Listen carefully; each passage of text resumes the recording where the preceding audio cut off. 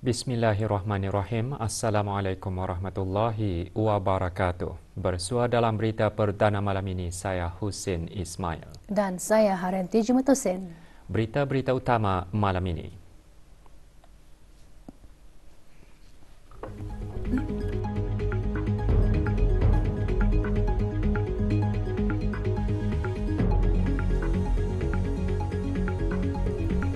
Kerjasama dan perkongsian untuk membina rangkaian perlu untuk memacu masa depan yang lebih cerah. Peningkatan kes aduan aktiviti kemajuan atau pembinaan perlu ditangani bukan sahaja oleh kerajaan tetapi juga oleh pihak-pihak berkenaan.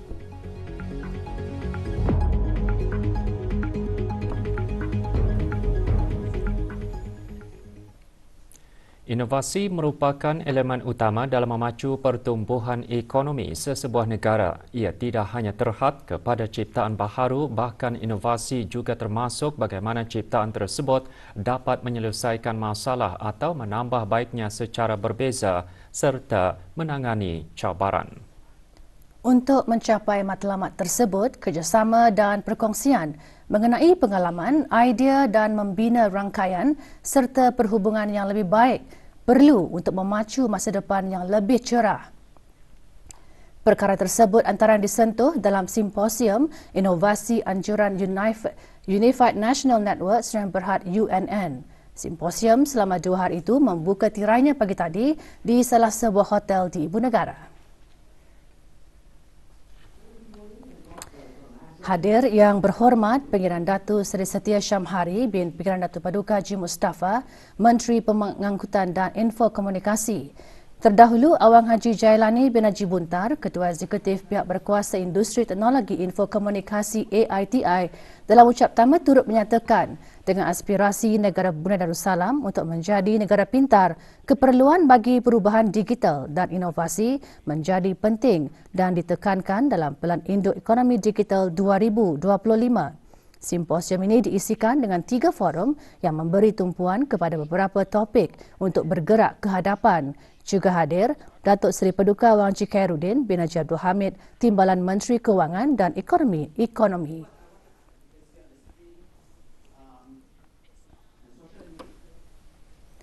Program Akar Umbi diadakan bagi meningkatkan kesedaran mengenai penubuhan Sekretariat Tetap Manpower Planning and Employment Council MPEC serta fungsi, peranan dan inisiatifnya.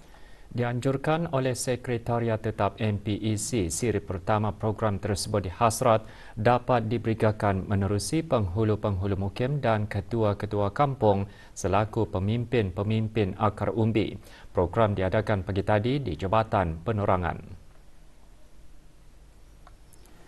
Dayang Hajah Nuraini binti Haji Muhammad Jamuddin, pemangku Ketua Sekretariat Tetap MPEC, dalam ucapan alu-aluannya antara lain menekankan mengenai fokus utama program Akar Umbi yang menjurus kepada isu-isu yang dihadapi oleh anak-anak kampung serta memupuk persefahaman dan menyeratkan silaturahim. Program akan dilaratkan ke daerah-daerah lain sebagai platform dialog bagi membincangkan isu-isu yang dihadapi oleh anak-anak kampung dan bertukar-tukar pandangan serta cadangan. Juga hadir ahli-ahli Majlis Mesyuarat Negara.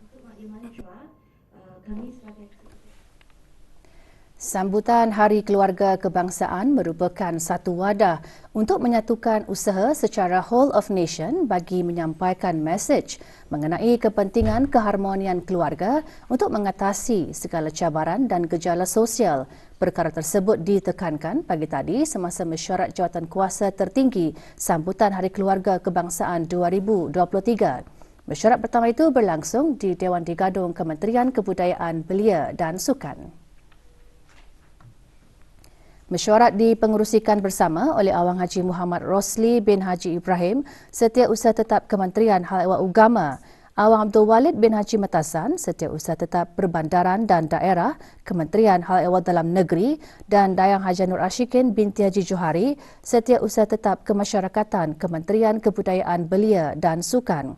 Dalam ucapan alu-aluan, Dayang Haja Nur Ashikin juga berharap semua pihak untuk terus bekerjasama dalam memberikan komitmen sepadu, terutama dalam menggerakkan acara-acara sambutan. Hari Keluarga Kebangsaan disambut pada setiap Ahad di minggu pertama bulan Mei setiap tahun. Tema tahun ini ialah Keluargaku Harapanku yang memfokuskan nilai-nilai kekeluargaan Brunei, sayang menyayangi, bertanggungjawab, hormat menghormati dan pemedulian yakni satu harapan. Juga hadir Ahli Majlis Mesyuarat Negara. Otoriti Kebangsaan Keselamatan, Kesihatan dan Alam Sekitar Shena pagi tadi mengadakan jaraiwara di Dewan Belalong Kompleks Dewan Kemasyarakatan Pekan Bangar, Daerah Tempurung. Ia adalah sebahagian daripada acara Bulan Keselamatan Shena dan sempena Hari Sedunia Keselamatan dan Kesihatan di Tempat Kerja yang diadakan di seluruh dunia pada setiap 28 April bagi menggalakkan kepentingan keselamatan, kesihatan dan keadaan kerja yang baik. Hadir Pengiran Muhammad Amir Mubarak bin Pengiran Haji Hashim, Pegawai Daerah Tempurung. Juraiwara merangkumi pelbagai pameran, ceramah dan permainan interaktif bertujuan untuk menggalakkan penglibatan orang ramai, pelajar-pelajar dan pihak yang berkepentingan dalam industri. Beberapa agensi kerajaan dan syarikat menyertai jaraiwara kali ini termasuk Sekretariat MPEC, Job Center Brunei dan Pusat Kargo Udara Antarabangsa Brunei BIACC. Jaraiwara antaranya mengetengahkan peraturan dan garis panduan yang dikuatkuasakan Shena serta protokol pengurusan dan kawalan bagi kemalangan besar bahaya dalam industri berisiko tinggi. Juga hadir Ahli Majlis Mesyuarat Negara.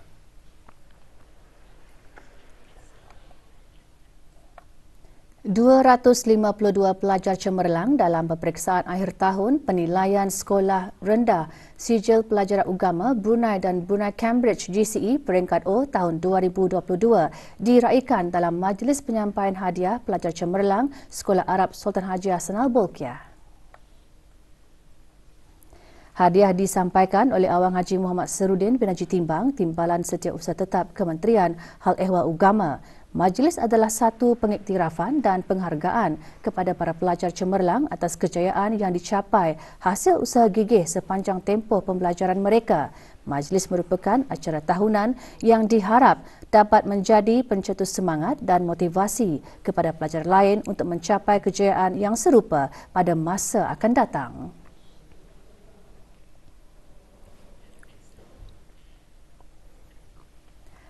Taklimat pemberigaan Anugerah Hari Belia Kebangsaan sempena sambutan Hari Belia Kebangsaan ke-18 diteruskan lagi hari ini.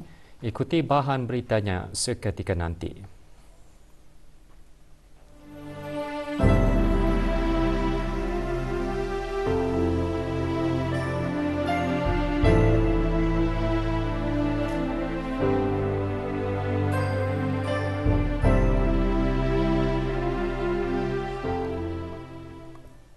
Belas anak yatim warga Kolej Universiti Perguruan Agama Seri Begawan Kupu SB dan beberapa buah sekolah diraikan pada Majlis Sambutan Ihya Eid Mubarak Anjuran Kupu SB. Majlis berlangsung pagi tadi di Kolej Universiti berkenaan. Hadir Dr. Haji Adenan bin Haji Besar, Rais Kupu SB. Majlis diselajurkan dengan penyampaian sumbangan derma kepada anak-anak yatim selain memanifestasikan Hari Raya Aidilfitri sebagai salah satu hari kebesaran Islam, sambutan juga diharap dapat mengukuhkan semangat kekeluargaan dan ukhuwah dalam kalangan warga Kupu SB.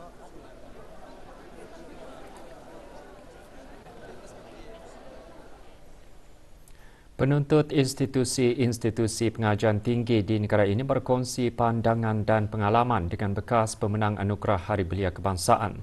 Sesi itu adalah antara pengisian taklimat pemberikaan Anugerah Hari Belia Kebangsaan sempena sambutan Hari Belia Kebangsaan ke-18 pagi tadi di bangunan Arkib Negara Brunei Darussalam. Tahun ini, 4 kategori anugerah diberikan Anugerah Belia Cemerlang, Anugerah Belia Berkhidmat, Anugerah Pemimpin Muda Belia dan Anugerah Projek Cemerlang untuk Belia.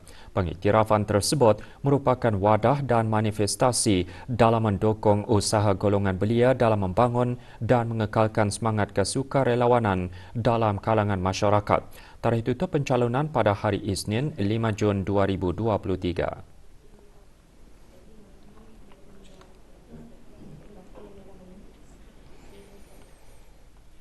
Kes-kes aduan mengenai aktiviti-aktiviti kemajuan atau pembinaan meningkat dengan drastik iaitu daripada 249 kes pada tahun 2021 kepada 539 kes pada tahun lalu. Aduan-aduan tersebut merangkumi isu-isu berkaitan dengan kejadian tanah susur, dinding roboh, longkang atau saliran tersumbat dan kerosakan jalan laluan. Perangkaan tersebut dikongsikan semasa sesi dialog bersama Qualified Persons atau orang yang berkelayakan QP Anjuran Autoriti Kawalan Bangunan dan Industri Pembinaan ABCI.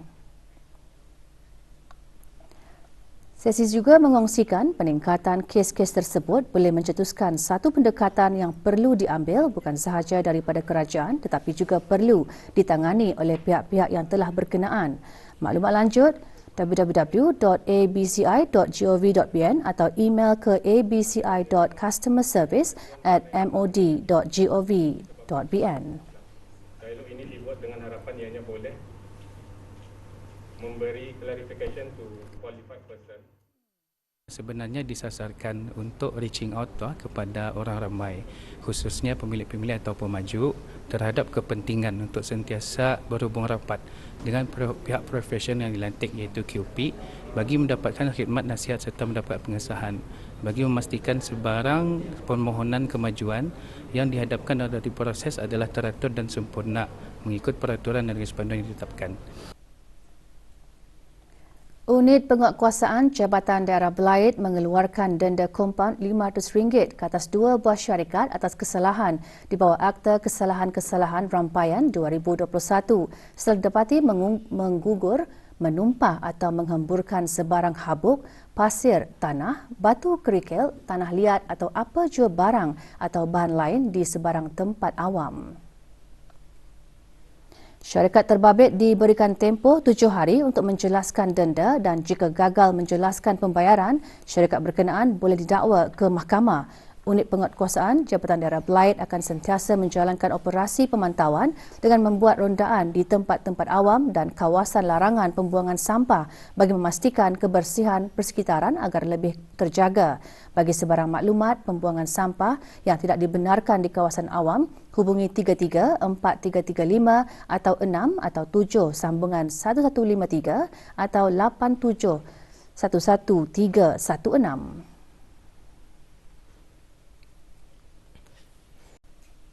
Berita sukan malam ini kita mulakan dengan perkembangan Sukan Asia Tenggara Sukan C ke-32. Penyertaan terakhir atlet negara pada tamasya sukan kali ini petang kemarin gagal meraih sebarang pingat. Dalam acara lawan pedang bagi kategori sable lelaki berpasukan, atlet negara Muhammad Anaki Danish Asaharin, Muhammad Haziq Asaharin dan Adrian Wong Kiat Ming terkandas di pusingan saringan selepas tewas kepada peserta Indonesia dengan keputusan mata 38 berbalas 45.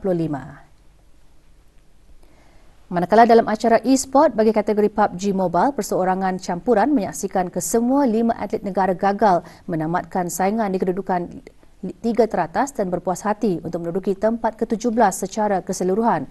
Pingat emas dirangkul oleh Indonesia, sementara pingat perak disandang oleh Vietnam, sementara pingat gangsa dimenangi bersama oleh Vietnam dan Malaysia.